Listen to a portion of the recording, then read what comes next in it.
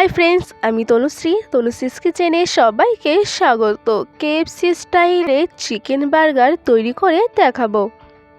Chicken burger তৈরি করার জন্য একটা বলে চিকেন কিমা নিয়েছি। চিকেন কিমার মধ্যে আদা কুচি, রসুন কুচি, চিলি ফ্লেক্স, আপনারা চিলি ফ্লেক্সের জায়গায় লঙ্কা কুচিও দিতে পারেন, গরম মশলা গুঁড়ো 1 টেবিল স্পুন, 1 টেবিল স্পুন লবণ আর সামান্য পরিমাণে ধনেপাতা কুচি। এবার সব কিছু খুব ভালোভাবে মিশিয়ে নিচ্ছি। খুব ভালোভাবে মেখে নিয়েছি।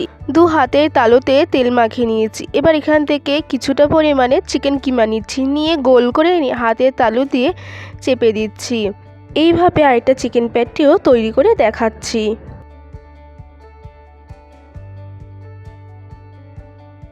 বাকি চিকেন প্যাটিগুলো ঠিক একইভাবেই তৈরি করে নেব।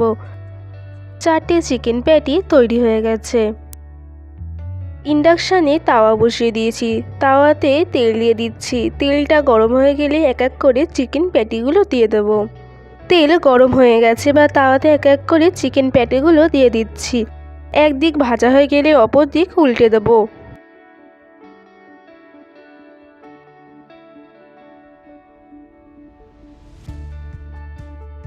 চিকেন প্যাটির দুদিকে খুব ভালোভাবে ভেজে নিয়েছি। এবার একটা প্লেটে তুলে নিয়েছি চিকেন প্যাটিগুলো।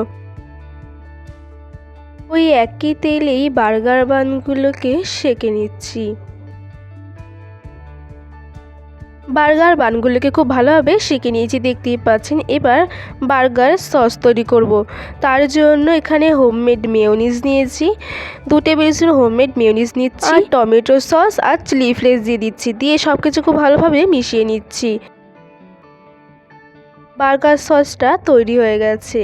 এবার একটা প্লেটে 2টো বার্গার বান নিয়ে নিচ্ছি, মাঝখানে প্যাটিটা দিয়ে দিচ্ছি। এবার চিকেন প্যাটির উপরে স্লাইস চিজ দিয়ে দিচ্ছি। এবার স্লাইস চিজের উপরে পেঁয়াজ, টমেটো আর হোমমেড সস দিয়ে দিচ্ছি, দিয়ে বানটা দিয়ে দিচ্ছি। আপনারা চাইলে একটা লেটুস পাতাও দিতে পারেন, আমি লেটুস পাতা দিলাম না। কেএফসি স্টাইলে চিকেন বার্গার তৈরি হয়ে গেছে। আমার রেসিপি যদি আপনাদের ভালো লেগে থাকে অবশ্যই লাইক, কমেন্ট, শেয়ার, সাবস্ক্রাইব করতে ভুলবেন না।